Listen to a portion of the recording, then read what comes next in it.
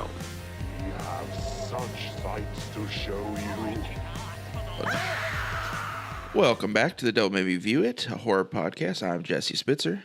And I'm Jerry's. And this is our fourth episode of our Evil Dead coverage. And today we're talking about the remake. And I was so excited to get here because I had seen this one when it came out in 2013. And I remember loving it, but I didn't remember too much more other than like the last 5 minutes. And I'm happy to report that I still love this movie. It's a great movie. I do love this. I absolutely love this movie. And I always forget how much I love it. I mean, it has fond memories. I'm downstairs in the shelf. I'm going, okay, I gotta grab it. Why do I have 3 copies of this? and I'm like, oh, because one has the director's cut, and then one has I probably bought it just to make sure I had it, which is dumb. And then we're watching it again. I'm going, I really love this movie. Yeah. You know, there's nothing I would change. It's weird how my memory has kind of morphed. It's kind of included some of Cabin in the Woods into it, like actors. Same. So whenever I watch, I'm like, oh, that's other movie. It's so well done. Yeah. Mm-hmm. Yeah. It's one of those movies where, it's a remake, but like you wouldn't necessarily know it, if you didn't know about the previous movies, which I'm trying to think if I had seen, I don't remember. I feel like I said earlier when I did remember if I had seen the first one before seeing this, back in the day. But and there's so much like fun little things that aren't intrusive or anything. It's just like a little nods to the originals that are great. And I like that the first. Well, okay, so I guess let's talk about the plot a little bit. It's very similar to the first, to the original, but it's also pretty different in some places too. It adds a lot of lore to the thing, which I think is a little bit of a turnoff for some people, but I don't think it's that big of a deal. I don't think it's that intrusive.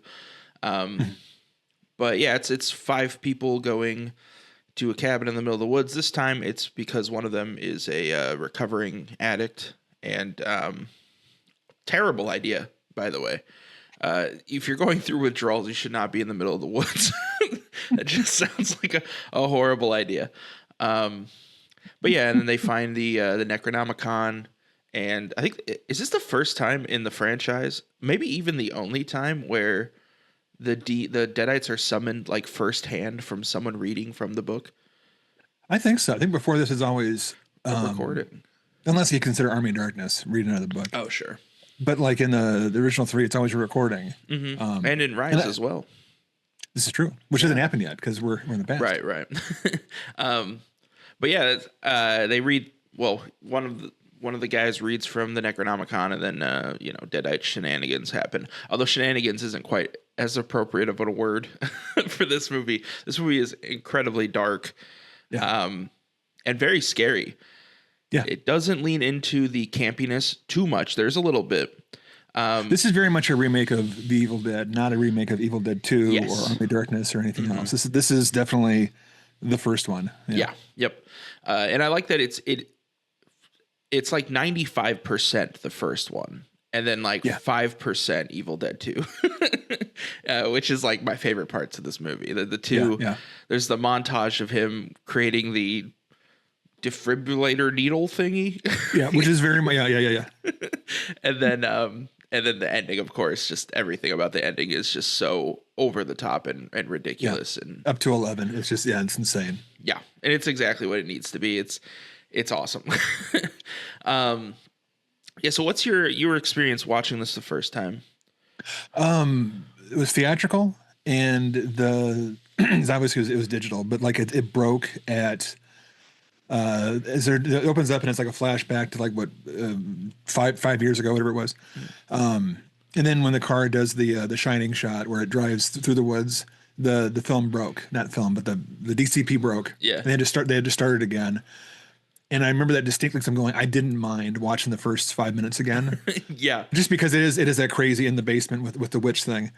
So that's my memory of it. And I remember going in as the asshat I am, kind of going, okay, like I'm ready to say not my Evil Dead, right? and I don't remember where that wore off. It probably was in the opening flashback with the witch scene where they said, I'm not trying to be the Evil Dead. Yeah. Your Evil Dead's over there. This is our Evil Dead. But I absolutely loved it. I bragged it up to everyone I saw, and everyone kind of goes, "Who are you, sir? Can I just buy my groceries?" I thought it made Jane Levy into a superstar. Oh my God. I knew the lead guy from Shiloh Fernandez from Dead Girl, a little indie pick, like a one-person zombie pick. I really liked him in that one.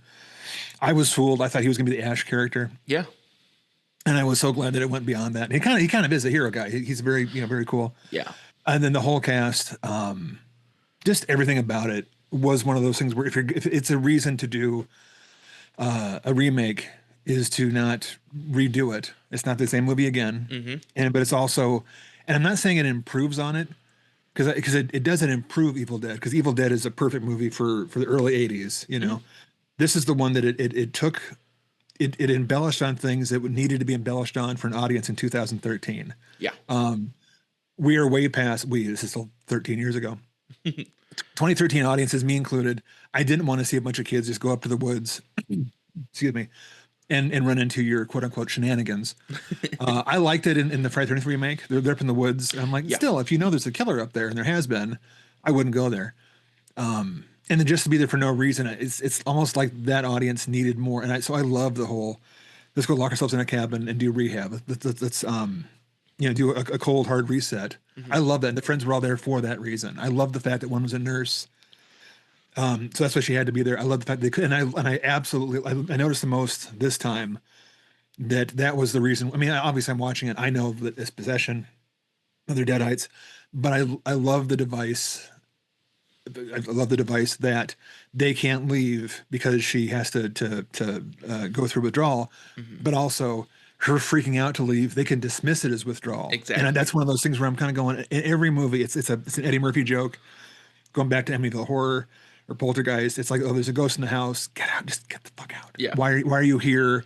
You're in the woods. There's a hockey mask. Don't go in the, just leave, get in your car and go. Yeah. And all those reasons like you can't leave. This one it's built in that you can't leave because this is her last chance to live, to not be addicted. And it was perfect, I thought. And then of course the stuff with, they get in all Evil Dead-y with the bridges out and the cars messed up and stuff. Sure. But then initial part was like such a neat addition to it that I absolutely adored. Yeah, it's brilliant. It's genius. It's so, and it's terrifying too. The idea of being in her position where you're going through the withdrawals, you've already established that you can't really be trusted. So I'm sure from her perspective, it's like, okay, I get it. You think that I want to go get my fix, but no, there's a demon in the woods that wants to, put a thing inside of me. And it's like, yeah, it's that the idea of that is so scary, and it's done really well. I like how the other characters slowly start to realize that things aren't, this isn't normal. And it doesn't really, I like that these characters are, they make bad decisions and there's consequences for it. The movie doesn't kind of dismiss it as like, oh, it's a horror movie, so they're allowed to tape a knife wound shut with duct tape. Because when he tapes a knife wound shut with duct tape, you see that it's not working. He's still bleeding out. It's like, it's horrendous. Which I made the comment when the brother character, Chris, is that his name? David? It's a very generic name. David, yeah. David. And then Eric, I think, is the other one. When David makes the defibrillator device, I'm like, okay, like 20 minutes ago, this dude was trying to duct tape someone's knife wound shut. But I noticed, remember, he just started a job in a garage. Like he's working there. And this is the time I never noticed until this time. I remember the one time I noted out, I couldn't make a defibrillator. I have like I have the internet on my phone. But he also fixed the door. He was in charge of fixing the whole cabin. Yeah. And all that stuff. So they weren't saying that he had like a textbook on like anatomy, but they were showing that he's hands-on kind of a guy. Yeah. Without selling it, without saying, "Oh, look, he's in the kitchen. He's fixing the electricity. He's turning the power on." But also, that defibrillator is just the scariest. The idea that that's not clean. What is it? I don't even understand it. Just a couple needles and a battery, and I love the fact that like it's charged up and it goes, but he's injecting it right in, very Pulp Fiction, right into the heart. Yep. We're getting way ahead of ourselves. Yeah. Yeah, it's I guess so should we just jump in? I mean, we've already kind of done spoilers a little bit, Yeah. but just They've had spoiler. 13 years to watch this. Yeah. Yeah. Definitely go check it out. Especially if you've been watching along so far, you probably have already seen it then prior to this. But yeah, it's very good. It's just it's weird. It's so Evil Dead, but it's not. It doesn't feel like they're trying to be derivative of like Sam Raimi's shooting style or anything like that, which is really cool. But it still has the soul of Evil Dead. Let's talk about that first. Was it 5 minutes?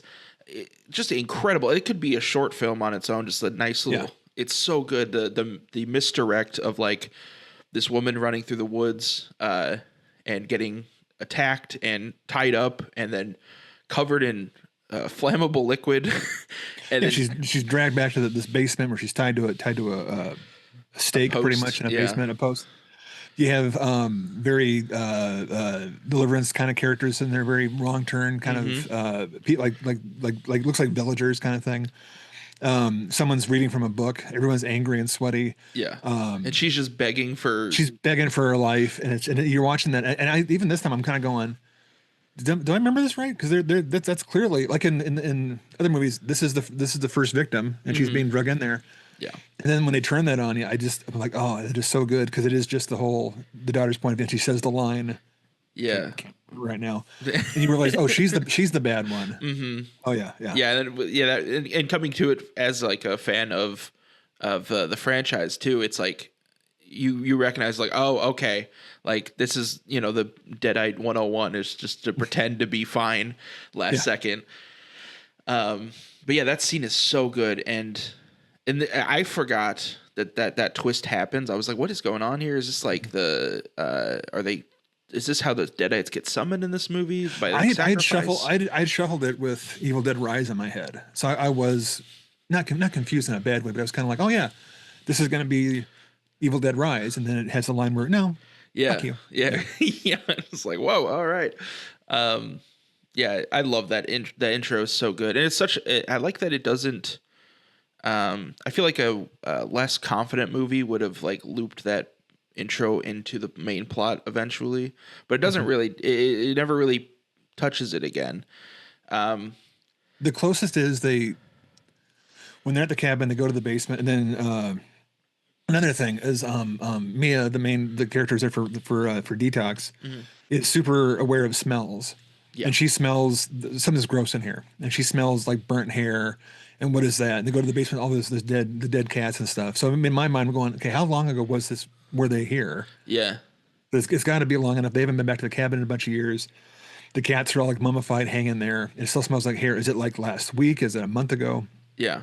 Like it's supposed to be a couple of years ago. I do feel again, I also go ahead. I was gonna say, I feel like they could have put a little more effort into protecting that book instead of just barbed wiring it shut and leaving it behind. Like, all right, I'm sure they'll read our warnings. This is duct tape. It works for everything. Yeah. I'd like to think that whoever was tied to the stake and burned at the beginning of it took them all out, like the fire, like they all died. Down there. Yeah. And probably someone had to wrap the book up, so probably not. I don't know. Yeah. But it's like that is one of those things where I'm kind of the only thing in the whole movie that is there because it has to be because they're in the cabin. Why? Because she's going to go through detox. They get summoned. Why? Because the one guy was curious and he was trying to do something. Everything has a reason for it except for why is the book still there and not dropped to the bottom of the ravine outside. Yeah. I was curious this time. Was there going to be a version of the script where because she pours? Is it heroin? I don't know my drugs. I don't either. Adderall, little powdery stuff. They put it in the well outside. And I'm like, is there going to be a point where someone thinks that hit the well water, like they're drinking water? They're obviously not going to drink out of the well. But like, was it supposed to be that they're going to blame that? And I'm glad that's gone because they wouldn't drink out of it. Yeah, I feel like it would also take a whole lot of drugs to. But even if someone were like to say that, and maybe that was in the script, and they all kind of go, well, "That's dumb. Let's not do that." I just love this movie so much. Yeah, it really. It's just and I think I also this time around was a little bit apprehensive because 2013 was kind of a rough time for horror movies, especially horror movies where it's a cast of teens. In the middle of the woods, like. And when I started watching it here, just recently. I was kind of getting the vibe. I was like, oh, is this like, do I like remember this being better than it is because like it was just good for the time? But no, it's actually genuinely it's just a good movie. It's just and it's so scary. Like it's so, there are so many shots of this. Mia is incredible.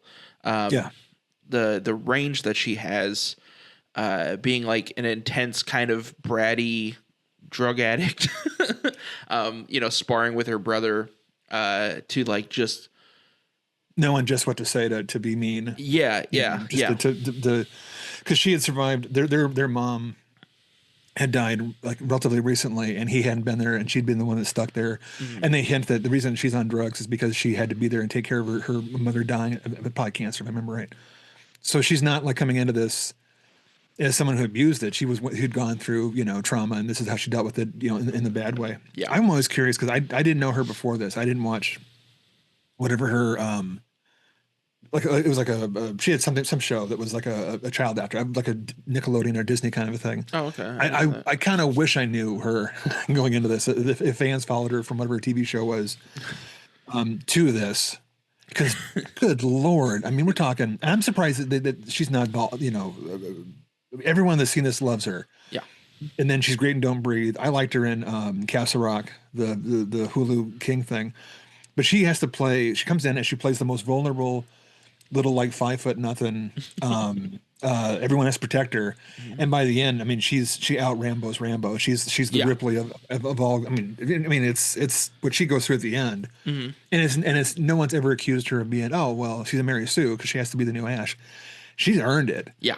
And if it wasn't her, if her performance wasn't absolutely going through fucking hell, you'd call bullshit on it. I can't think of anyone else. And if they had the David character stand up and be the Ash, I wouldn't have been as happy. Yeah, because he didn't earn it. He wasn't the one we're rooting for watching this thing. But she is.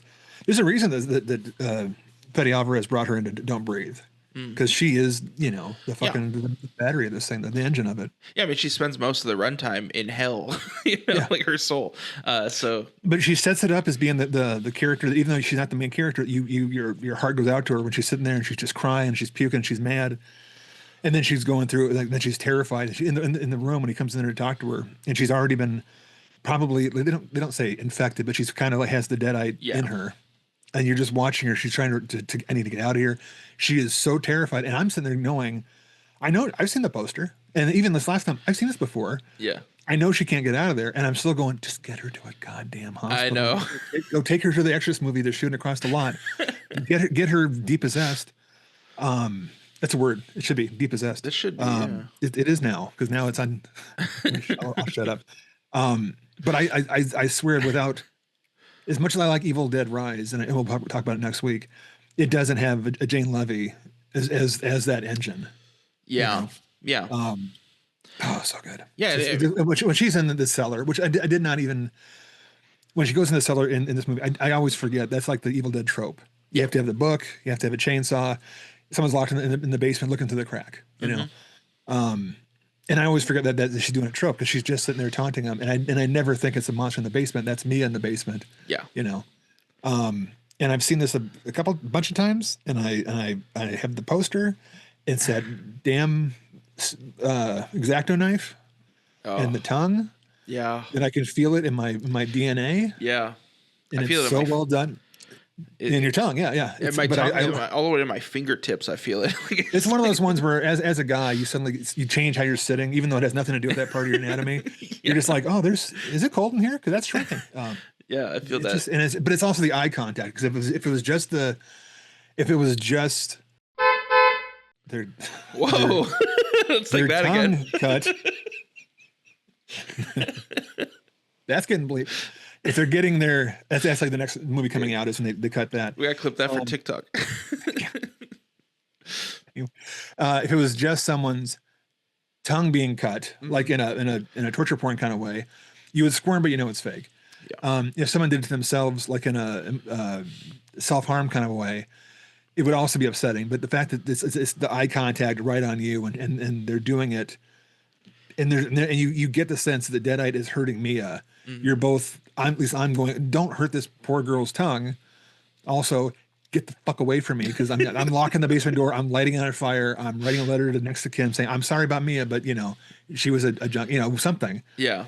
that's seen. And it's now we want to discuss the gore a little bit. Yeah. 'Cause I'm Yeah. always surprised how good the gore in this movie is. It's it's really good. Even like some of like the I don't know where that sentence was going. I started it and then I didn't have an ending for it. But Welcome to my life. The gore is just incredible. The her cut the nurse cutting her face open is really gross. I like the way that's all set up because you just get kind of a peek at that in the Necronomicon, and then he's approaching her from behind, and you hear it. You don't see anything yet, but you hear it, and you're just like, "Oh no, I don't want this to happen." And that shot is when she kind of turns around at you, like she's busted. Like, what is she doing? And like, what's she doing in here playing with makeup? Yeah, and half her face. Yeah, yeah. I feel something I noticed while watching this because I mentioned. This become my goal now to bring up Resident Evil in every episode of the Evil Dead. But I was talking about how Resident Evil took a lot from the original trilogy. This one kind of borrows from the Evil Dead or from Resident Evil because that shot where she turns around is very similar to the first time you see a zombie in. Hold on one second, I got notifications going off. Yeah, that shot is very similar to the first time you see a zombie in the first Resident Evil because it's also from behind and it's like a very slow kind of turnaround and it's got a very similar messed up mouth and stuff. That notification was Venmo saying your Capcom check came through for mentioning Resident Evil. Thanks, guys. I paid for your set behind you. That's what I did. Yeah. But yeah, the gore in this is incredible. And then we already said spoiler alert. So the last 5 minutes of this, just the blood and the gore, the way that the villain, I don't remember what's the name of the woman that comes from the ground. I always thought it was Mia, but it's not her. Yeah, it's a demonic name. Just bad person. Oh, it is. It's Abomination Mia. It's supposed to be Mia. Oh, really? I never. But Abomination is what they call it. Okay. Yeah. When that thing melts back into the ground, that effect is so cool. The way that like the ground kind of just becomes like a puddle of blood around it in a really weird way. All of that's exciting. When we talk about my mother's take on this movie, I have to mention something because that moment was incredible for her as well. But yeah, all the effects in this are really good. And it's combination of, and this is redundant to say, but it's a combination of it's a great effect, but the acting is so good with it, because it's one of those things where they know when Eric the hipster guy is getting repeatedly beat up, whether it's the nail gun and it's like he's reacting like he's surprised there's nails in him. And I know nail guns don't work that way. I don't care. But it's when he gets stabbed in the face with a syringe and he's like, ow, but also you're watching him react like my face is being stabbed. Yeah. And it's just pounding. And I'm just like, I feel that again in my bone marrow in my face. Cause I've been like, hitting the head with things, but having that syringe that doubles it up and then he has to pull it out, which is probably this, it's, I don't know if it's a digital effect or if it's just a well done sliding needle in the finger.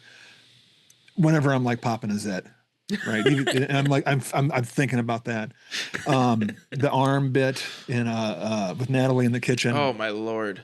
And that's good. Just the power going out when she's halfway through. It's just like, oh, come on, man. Just let it go through. And it's telegraphed because they show that knife, the turkey knife before that, and you know what's going to happen with it. Yeah. I mean, someone's going to, but I love the fact that it's in the midsection of the arm.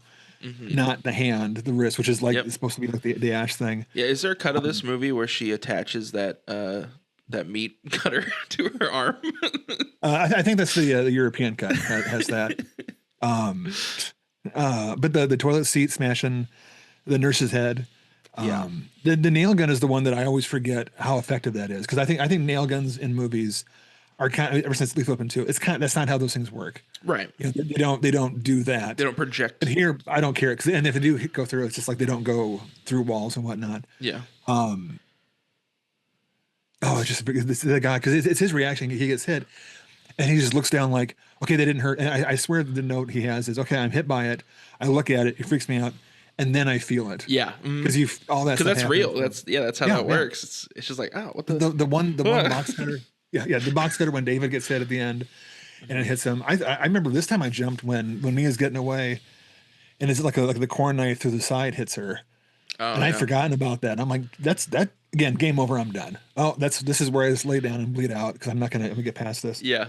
I love that. But then, go ahead. Good. I keep cutting. But the ending, the when Mia's trapped into the Jeep, and the saw is just out of reach, and her arm's caught, and they play it off that she has to get the saw to cut her arm off, and it's I don't know if it works, to the audience that she has to cut her arm off if you haven't seen Evil Dead 2. But I think it because she has to free herself and she's reaching for the chainsaw. She's not getting the chainsaw to beat the bad guy. Oh, yeah. It's there to free herself. Mm-hmm. And you're watching and she's just touching with her finger and I'm like, she has to pull harder. And then she just rolls back and just pulls her arm out and just rips it off underneath it. And I'm just like, again, a lesser movie I'd call this is stupid. And maybe like a higher class one, I'd be like, okay, now they're just slumming. But here I'm absolutely cheering for her to rip her arm off. like I was waiting for her to like reach down and gnaw it off with her teeth, like in a bear trap. But it's such a master stroke, and that's the kind of thing I was going to bring up. There's so many bits in this. You do not need to watch the original Raimi trilogy to enjoy it.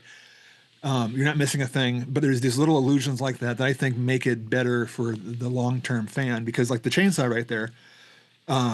As a fan, I'm knowing she's going to grab the saw and cut her hand off and be the hero, because she does. And then she like puts her severed arm on the handle and she uses that, kind of like Ash without being Ash. Yep.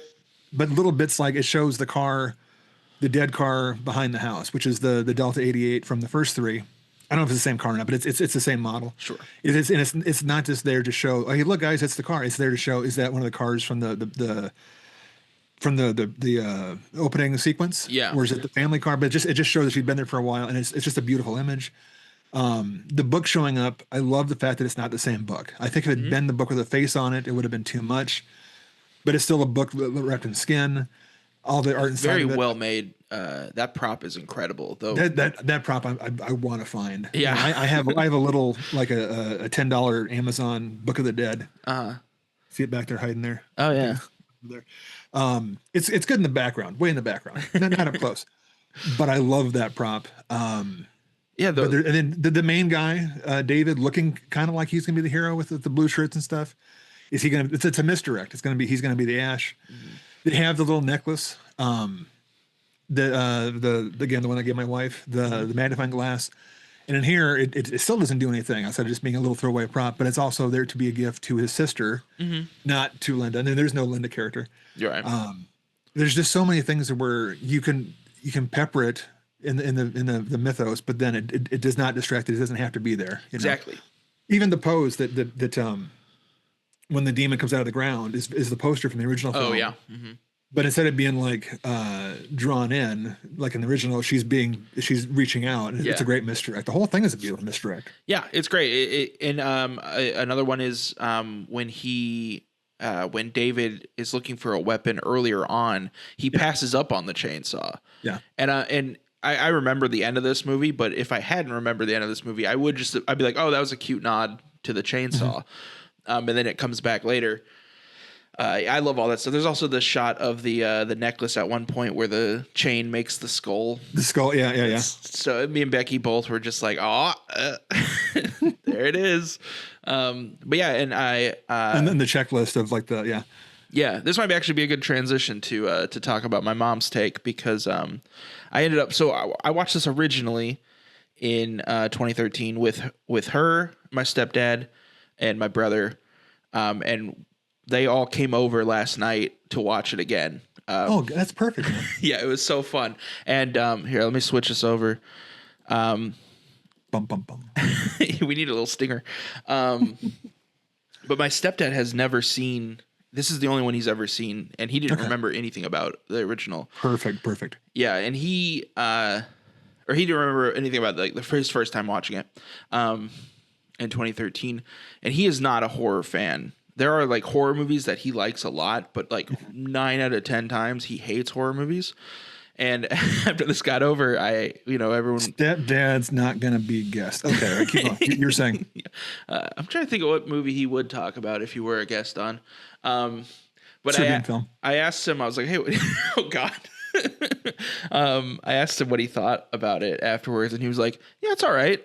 And I was like, whoa, that's actually pretty good praise from him. Yeah. But yeah, he like I said, hadn't seen any of the other ones, and he didn't feel lost at any point, or like he didn't feel like the references were, hitting him or making him FOMO or anything like that. But let me pull up what my mom had said. That ding earlier was actually a notification from my mother. I just found out. Don't you mention my name anymore. Yeah. Where's my residual check? She said, I got to watch Evil Dead with Jesse last night. That's accurate. It was last night. She just sent me this like an hour ago. Completely different from the prior ones I watched. I loved it. There was jump scares and plenty of gore to go around. What I really liked is just when you thought it was over and they won, another demon popped up. I also loved during the credits, and then after the credits, there was some added stuff from the prior Evil Dead movies, which we got to talk about that. This is completely different, but I love them all for different reasons. I would have to say my favorites so far are Evil Dead 2 and this one, which I think I mostly agree with. With one more to watch, that could change, which she's never seen Rise, so I'm excited. Okay. I'm excited for that. On a side note, this has been so much fun, and I love that I got to watch this with Jesse. I have always loved horror movies, and the fact that my son does too is great. Yeah, she was having such a great time. The reason I wanted to get everyone together to watch this is because my family, if we're watching in theaters, obviously we're respectful, but if we're watching it anywhere else at home, it's just us, we will just like throw popcorn at the screen almost, and she was having such a blast, and she, on her life, she said after Mia cuts the demon Mia's face in half and upper torso in half with the chainsaw, my mom said verbatim, "Go back to hell, you bitch." Right before Mia said the exact same line, and that got a big pop out of everybody because that was just incredibly timed. But so it's based on her, you're saying, right? Yeah, she wrote it. But yeah, safe to say she loved it, and it's just so I'm so glad we got her on board to do this with us, because it's so weird that the first one is Evil Dead, because it's not really her vibe for the most part, but she has so far loved it, and I think it's becoming her vibe. The more I go back to these things, this is such a something for everyone kind of a series. Yeah. Yep. But especially this is the one where it's just good filmmaking, but it's also, and it's not trying to be anything more. It's not trying to like, cure cancer. It's not trying to like, it's not a franchise filler. It's not someone who was assigned to just make a Jason sequel, which I did dig. But like my wife, she wanted me to leave the Blu-ray in the player. And she doesn't watch movies more than once. She's like, it's a good decade between watching them. So if I have to watch something, I can watch it back to back. She want me to leave it and go, that's just a good background. That's a good, like, she didn't say vibe. That's having in the background. If I'm in the house and I'm painting, I want to put that output on. So I'll leave it in the player, which is, again, it shows how my life is, that I'm going to come home, she's in there painting a puppy or a kitty. It's going to be Mia chainsawing a demon's face in half. Good for her. Yeah. But yeah, just, go take your mom to this movie. That's my closing statement. But yeah, we should talk about the end credits. Has the recording from the original, like where they talking about the, what I'm talking about, the recording from the original plays like at the end of the credits, and then there's that amazing shot of Bruce Campbell. That superhero profile. Yeah. Which I made everyone sit and wait for. without be quiet. You sit there and don't say a word. Just watch this. Well, there's a kind of a running joke with my family because I love end credit scenes. I don't know why. I love scary end credit scenes. Even like what is the name of The Conjuring? The first Conjuring movie, after the credits, there's just the demon woman comes out and does like a clap and the candle goes out kind of thing. I love that shit so much. I do too. There's something about there's something about like that final stinger and then just like silence and then the lights come on and you're just alone with your thoughts so when we went and saw Batman or The Batman, I was like, there's got to be something after the credits. I went and saw that with my whole family as well. And they all wanted to leave because they're like, as soon as the credits start, they want to shuffle out of there.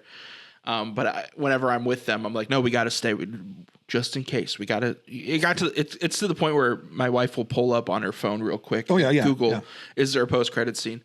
And so I made everyone sit through the Batman post-credit scene. And we had discussed while watching that movie that like this movie is too long. That movie, it's like Lord of the Rings where it just keeps ending over and over again. So we were all like pretty over the movie at that point. I was like, we gotta stay. We gotta see if there's a post credit scene. And if anyone's listening to this, Google the post credit scene for the Batman and let me know if it's worth the wait because it isn't. It's not at all. What is the scene? I know I've seen it. Yeah, I waited for it too, and I remember being underwhelmed. But I don't remember what the bit was. It teases the Riddler for some reason, and it's just like a little bit of text on the screen. I think it might be like a URL. Oh, that's right. Yeah, yeah. Because meanwhile, they have the Joker in the deleted scenes, and I was waiting for the Joker to be there, but no, it was the So I've been the guy that sits there. Go ahead. I was cutting you off. Oh no, I was gonna say like it's kind of been a running joke. So I knew that this one would also be very dissatisfying for like most of my family because they're not. My mom likes Bruce Campbell, but outside of that, my stepdad knows him from Burn Notice. So I made everyone sit through the credits, and then the groovy line happens, and Becky was very excited, and everyone else was like, "All right, thanks." It's so worth it though. I mean, if you're that's something that if you're not a fan of the series, it's your first time, you don't need to watch it because then you leave the theater instead of being happy, you're going, "Who's the guy with the chin? Is that Hellboy?" But yeah, I mean, I think that was according to legend that was shot in like the mix studio. And that they're doing, I don't know, they're mixing or they have like someone's doing ADR, but he's in the studio and then the guy goes, "Hey, you look really cool. Look at the camera and say groovy." And it went in, I'm going, that looks too polished to just be like a cell phone, but I kind of love it if it was. I like the idea of it too. Yeah. I'm addicted to post credit scenes since Ferris Bueller's Day Off. Oh yeah, that was the first one where you watch Rooney, who's a piece of shit. Do the whole walk to the bus and then it stops and it goes on and then if you this is before anyone else did it. If you last long enough, you're greeted with what's now called the Deadpool ending. Various people are going, "What do you hear? The movie's over, you idiots!" That kind of thing. Why are you still here? But I love that. That's one of those things I always look for, whether it's someone laughing. I mean, that's a recent one. Some of the end credit, if you watch the whole thing, is just someone laughing. Oh, that was it. Was it? Yeah.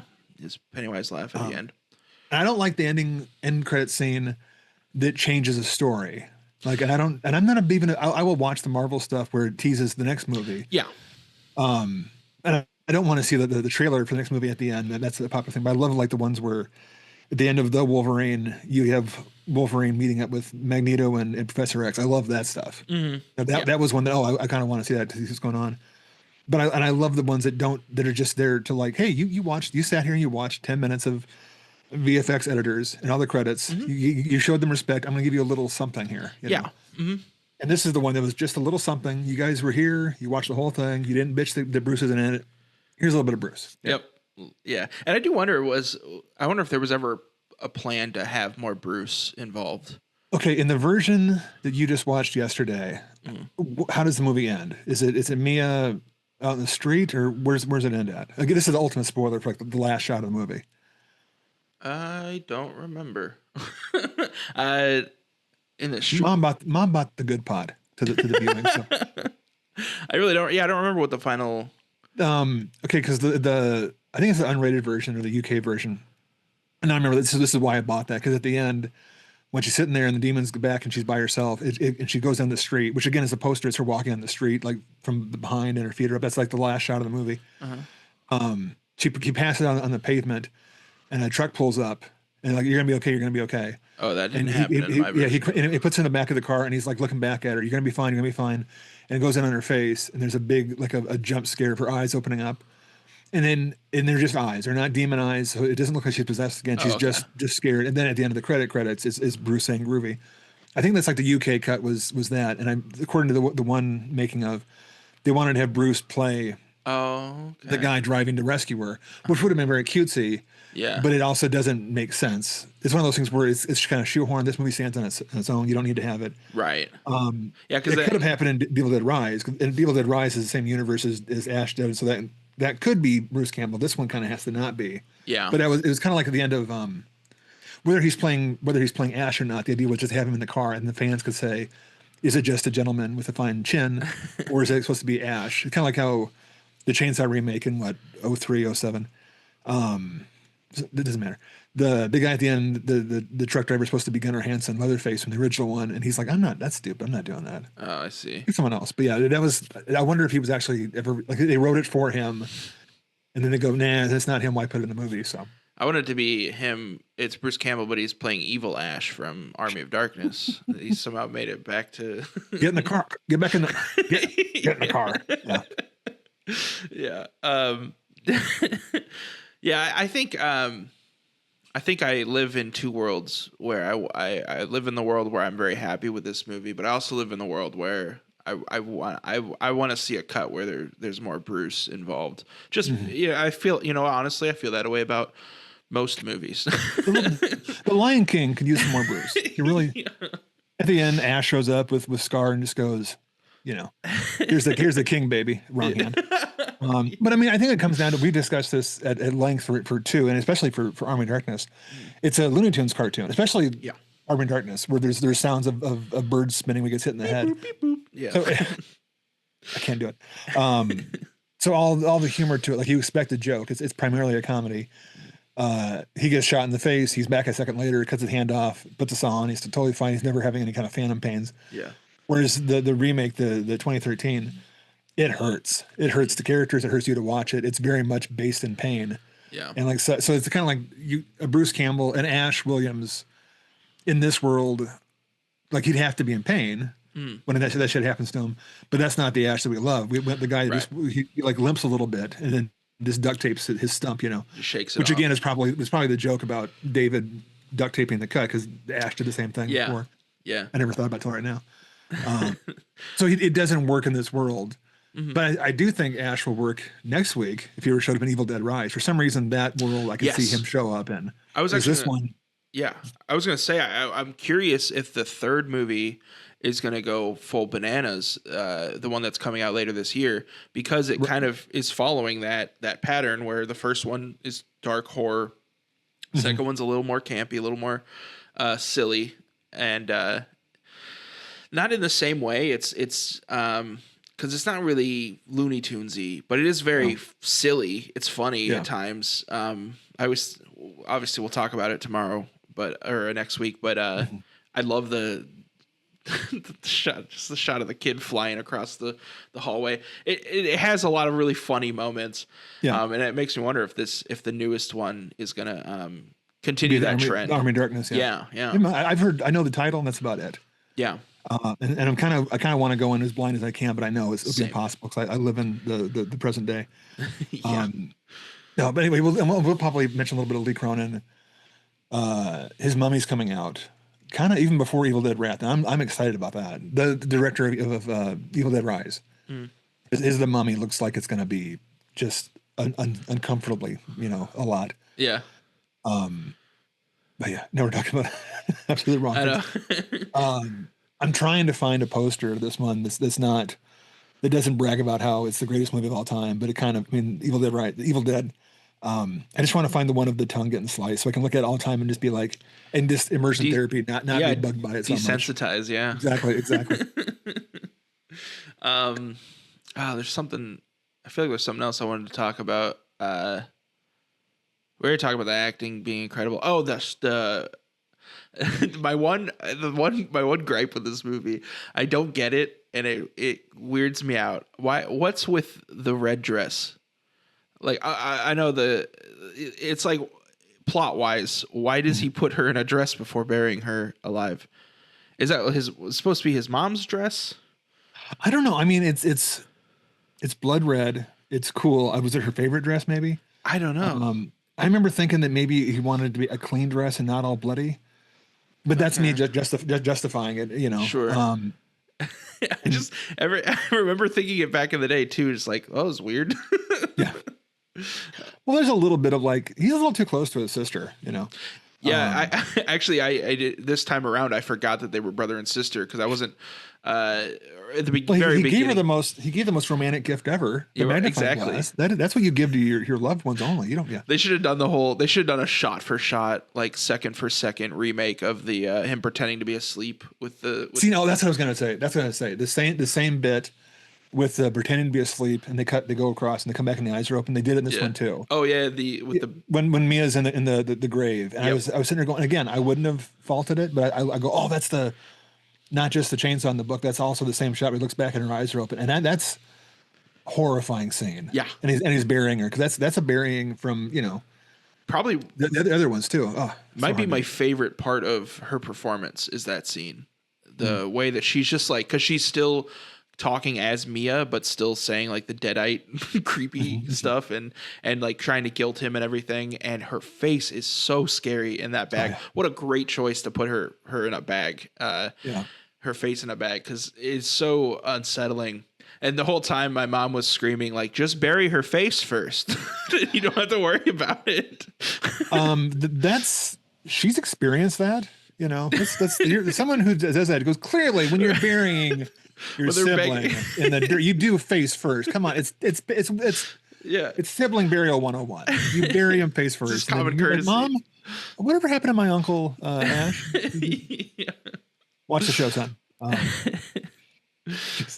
But I love the bag in the head, because it shows he doesn't want her to like suffer, and he knows she's gonna come back in a minute, and you don't want to get dirt in her face, and that kind of bit. Yeah. But it's also just having your head in a bag is another like core fear of like, I'm going to suffocate. You don't put your head in a bag. You just don't do that kind of thing. Oh. Right. But I love the look back, and her eyes are closed, eyes are open. Yeah. Mm-hmm. Yeah. It's so good. And yeah, that is another thing that's like, I feel like even if I hadn't just watched Evil Dead, the original, The Evil Dead, I wouldn't even caught that was a reference to that. I thought I would probably think, that was a really creepy, cool thing to do. Which shows like how perfect these little references are, because they're so subtle that even if you are a fan, you could even miss out on it. But if you do pick up on it, then it's super cool. It's super exciting. And just so much love was put in this. You were saying earlier that like this wasn't assigned to somebody to like fill the franchise. Like someone had a vision, someone had a passion for this franchise, and took the essence of the Evil Dead franchise and then turned it into something completely new. And like everything that they learned, that Alvarez learned from watching the first three films, and he's going to synthesize it. Yeah. And it doesn't poo-poo on the original. It doesn't make fun of it. Nope. It's not like dismissive of it. It's this is a celebration of the whole thing, and a Raimi's career. Yeah. The one thing I noticed this last time, which I was like, oh, never caught on, when Eric is, I don't know why he's doing the book, outside of he just needed a distraction from everything else. Just bored. Well, but I got the sense that he's there, and for some reason he was so mad that David had left. I'm gonna go in. Is he supposed to have like a crush on David? Oh. Is there a weird kind of thing, like, because he's so dismissive of Eric later on, and then when they're helping him out, I'm like, is this like a and it might have just been not like a note to play it that way, but not actually written down. Sure. When he's doing the book, and then I never caught until it's time that the book has been, all the incantations have been blocked out. They've been written over, painted over, and he's using the pencil shavings to like find the words that were the people were, because you can't burn the book. Right. I love that shot when they're burning the book. Yeah. It's not like somebody like it's not burning. He's not freaking out. He's not going, why is it burning? Yep. He's just like, he's had a long day. He's lost everything. It's like this should have worked. This makes no sense. Yeah. But he's doing the old TV detective thing. He's putting the pencil over the writing to find the words. I'm still saying shut up. Don't say them. Yeah. but he's doing that and goes, oh, that's really smart because they did try and make it so you can't find the passages. Mm-hmm. I mean, I think paint would have covered up that, but I'm not just, it was a neat thing. Like maybe the evil had like pushed it out though. Sure. Just such a, I really, the little touches real fast. Jane Levy, when she wrecks the car in the lake for no reason, right? And the little actor bit, it's one of those kind of things where I wish they had, just because when you love a movie, you want to experience it. And like you want to be on the set. She goes for her purse. The water's in the water. She gets her purse and puts it on.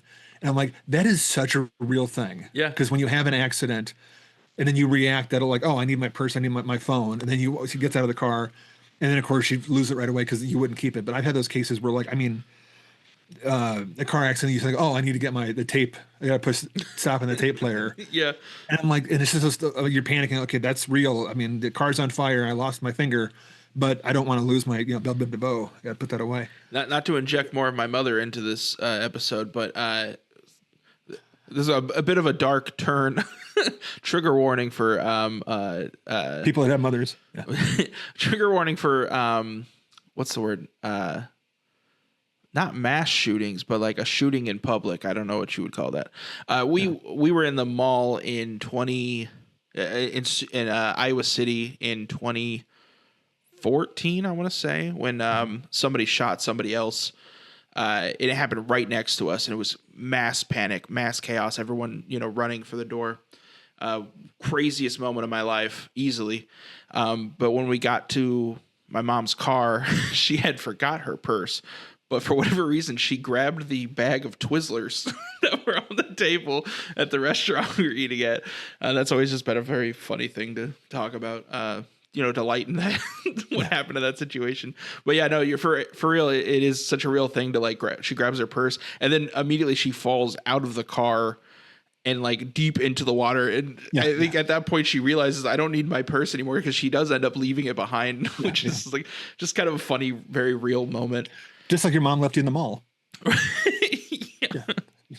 Oh, Mom, you're back. Twizzlers. Mom. I remember when that happened to you, I was like going, everyone's going, is he fucking okay? Yeah. Because you mentioned we're at the mall. I think you posted about it. Or someone, I remember someone knew, but you didn't do the cliche, Mark safe from mall shooting. Oh yeah. So Yeah,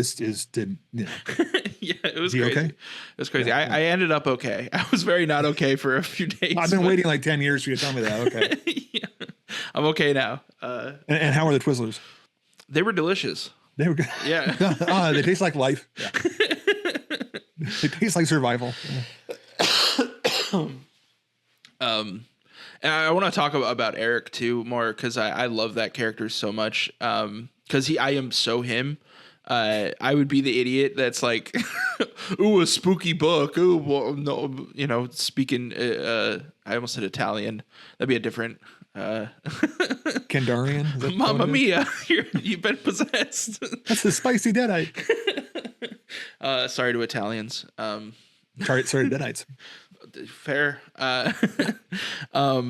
But yeah, I love how real he is because he really is, like you said, when he's burning the book, he's not freaking out. He's not he's just kind of just like, all right, well, I guess that doesn't work. And there's a great line later on where he is trying to convince David to kill his sister. It's like the only way to purify her, to set her free, is to kill her. And he's like, at first he's very resistant to the idea, but he's starting to come around to it and realizing like his girlfriend is all messed up now. And he goes, he's like, are you sure that killing her is going to do it? And Eric just goes, I don't know. This isn't a science book. But you have glasses. You're the smart one, right? Yeah. And then go ahead. The other line he has later on where he's just like, David's like, don't die on me, man. He was just like, I think I prefer death for what's happening right now. Because he really does, like, he goes through so much. And at the end, when he pops back up as a deadite, I remember thinking more than anyone else, "Oh, come on, he's had enough." like it just let him because he just he's too old for this shit. So, as a fan of the movie, we got to go through, and as a fan of the cast, we got to go through and just assume that Eric's choice of looking at the book and saying, it's not burning. Like it's just this all done. We can give him credit for it, but I still, as a fan of it, I want to know other alt takes where he's freaking out, like he's trying to light it more. All the different versions is this movie one of those ones because there's not a huge budget. I mean, it's a better budget than the originals did. Sure, but like they probably didn't have a whole day for that shot. Yeah, he probably had to come in, and the choice was made to do it that way, whether it was done in editing or whether it was done before that. That is the right choice, and I just absolutely. I also love with the nurse character with Olivia, and she has to be the smart one. She's a nurse. That's why I'm here. Yeah. And then later on, she's like going, "This isn't what I do. You know, I'm not like." It's like and she has to defend herself in the middle of all this crazy insanity. She's like, it's like in when a vampire attacks and the priest has to go, "Well, I have a cross. That should be enough." Right. And then the vampire goes, "Fuck you. I'm Jewish." Whatever the punchline is. That happens that happens in your favorite movie, Van Helsing. That's right. He holds the cross out and Dracula just grabs it and throws it aside. Yeah. Everyone's just trying to be Fright Night when he's doing the whole. You have to have faith, Mr. Vincent. But I love every choice. This is every top bottom. It's one of those things where this could have gone and it could have been like just a cash grab. It could have been, and I'm not trying to throw shade at anybody, but like this was special in an era of everything is being slow down. Everything's being remade because it costs so much to market a movie. You know, the movie costs $50 million. Right. You're spending $50 million to put it in theaters and promote it and you know, ad space and stuff. When you do a remake, you cut your marketing costs in half just to break through the bubble, to make the person walking into the theater know that your movie exists. It helps to have a remake that's been marketed brand recognition. Yeah. So this could have been exactly. Thank you, brand recognition. I could have said that and wasted not wasted all that time. Yeah. But this one is special that it's not just cash grabbing it. It's kind of like with the Blair Witch remake, where it wasn't marketed as Blair Witch. It was also a pretty good movie. It needed to be a Blair Witch. I mean, it needed to say, but this thing is such a special little movie, and it's just infinitely watchable. This is one of those. If you haven't seen it, you're in for a treat. Yeah, you know, and it is a great way to jump in. It's a great place to jump in on the series. Yep. Yeah, if you want to get someone interested in the Evil Dead, the franchise, this is a great starting point. Honestly, that's another thing. I think you touched on it earlier. Like this, there's something for everybody in this movie. This franchise is so shareable. It's so like there's going to be a movie that is the perfect movie to show somebody. And then this is the variety pack. It's all. I'm trying to think of variety pack. This one isn't drink. It's that one seltzer drink that has CBD or whatever it was. There's a mango. There's a soda. There's everything in here. If you want the high drama. This one's got the high drama. One has the real unsettling stuff. You have splat stick. You've got comedy. You know, coming up, you've got some family drama in the next one. It's such a. I love that next one so much. I'm so excited to talk about that. And I love underdogs, and it's like this is the one that I love. In 2013, I loved this movie, and I'm like, okay, I'm gonna. This is my standby ride or die, and everyone loved it. So I'm like, okay, I'm not special. I wanted to be the contrarian. Evil Dead Rise came out, and that's the one that I'm always surprised when people don't like it, because I think Evil Dead Rise to me is such a home run. Yeah, I almost feel like that movie's more accessible than this one. Like I think it's a little bit harder to. It doesn't have a Jane Levy where you're immediately in her pocket, but it has the family dynamic. I love that one, and it doesn't go as gory as this one does, so it's probably more accessible. Then you are absolutely right, because it shows that cheese grater. And I'm ready to wince at the cheese grater, and then it's like, nah, we're not gonna get tendon knee deep. So. Yeah, we're not cutting any tongues in half here. I think we'll talk about that. We'll talk about that next week. Yeah. I just want to make one final note before we move on to the wrap up. There's also a fifth character, and this movie forgets about her existence, and we never talked about her because she is so unimportant. The blonde girl, I don't even remember her name. That's Natalie. I was trying to be nice about it. Yeah. I always get her confused with the blonde girl from Cabin in the Woods. Oh, that's funny. And it's just, and I'm watching kind of going, oh, she's good. Why am I? It's just because the blonde girl in Cabin in the Woods, which kind of lives beside this one as far as it's a cabin, it's the woods. And I always get them messed up. But she has the great scene though, because she has to pull off as just being, she's great. She's doing what she has to do. Mm-hmm. She's supposed to be the little blonde girl who's with the brother, and doesn't know anybody, and no one cares that she's there, and they're kind of annoyed that he's late because she's there. Yeah, and she's an outsider in this craziness. But it's not, and it by definition isn't about her. It's about Mia, and she plays it just like that. And then her scene with the turkey knife, the electric knife. Yeah, is so good. And then when she turns, it is so good. Yeah, the nail gun scene is also And then all that she is so good when she gets. But her assignment is to just be not like in a set piece where she has to be like, you know, cannon fodder for the Deadites. She's supposed to be the person there that's why everyone doesn't like her, because she's not one of the core. Right. She's an outsider. She doesn't really know Mia. Why is she here? So she knows the assignment. She does the assignment, but the problem is she does it so well that she's forgettable because yeah. It is unfortunate. And I feel like they could have probably combined her and the nurse to be the same character. Because like all the things that are really cool that the blonde girl does, I already forgot her name again, Natalie, that Natalie does, happens after Olivia is killed. So I feel like you probably could have just kept Olivia alive and just have her do all that. No, stuff. the script wise, you need to have her there so that David can tell the audience by telling her the situation. Sure. Yeah. Because it's like a That's device, true. but she True. does she needs to be there like structural wise. But I almost wish that like they could have she could have been a friend of David's and David was late, then she could have explained to him because he'd been gone so long. Sure. But then it's like then you have a movie about people explaining the catch up. There's probably a whole scene missing where David really tells her the whole thing. Then she says, "Oh, I love you. Let's go back," you know, and gave her a reason to get out. Yeah. And it probably slowed the movie down. They cut it out and then just add more tendon slicing. When she stands back and her arms hanging there and it's hanging by a tendon, I don't know what that feels like. No.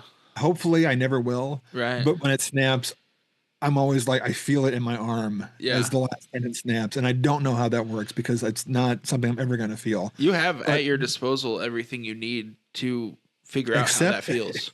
Except balls. Except the balls to do it. Right. And the missing brain chromosome. And also talking about how great the performance is for that character, even though the movie kind of sidelines her a little bit. Her delivery of that line where she's like, I feel so much better now after her arm falls off is so creepy and so good. It's like she just scratched an itch. Oh my God. I had a piece of corn in my teeth and it was, it's so much better. It's gone. It is a thing that reaffirms my veganism because like it always reminds me of when you're pulling off like a leg off of something. Yeah. And it does it in a way that like I don't it won't turn anyone vegan, but it does make a reluctant vegan like myself kind of go, yeah, I made the right choice. Right. Because that's kind of gross, you know? Yeah. Although now that I think about it, you know, anyway. You said you get her mixed up with the blonde from Cabin in the Woods. I get Eric mixed up with the pothead from Cabin in the Woods because 1,000%. Yeah. I was waiting for him to pull out that coffee cup bong. Well, and then there too, the lead. I could see Jane Levy being confused with the lead from Cabin in the Woods, a strong character. Oh yeah, I don't remember her name in that, but I need to watch that again. That's been a hot minute since I watched that. I'd watch that again too. We should cover that at some point because I remember really liking it. Yeah. Oh, I absolutely. That was the one where again, we're getting off topic for movies that are, I think are successful in my brain. They all kind of like live because Evil Dead is so good that I like all those other ones on the side that I can watch until it's time to watch Evil Dead again. Sure. That'd be almost nice to have at the end of this one, a couple Evil Deads adjacent ones. I'd watch Cabin in the Woods again. Let's just keep this ball rolling as long as we can. The question I have to ask is, what does your mom think of Cabin in the Woods? I don't know if she's seen it. I think we know what we're doing. Yeah, for sure. All right. We talked plenty about just in general Evil Dead, but I'm still ready to keep talking about it for the next few weeks.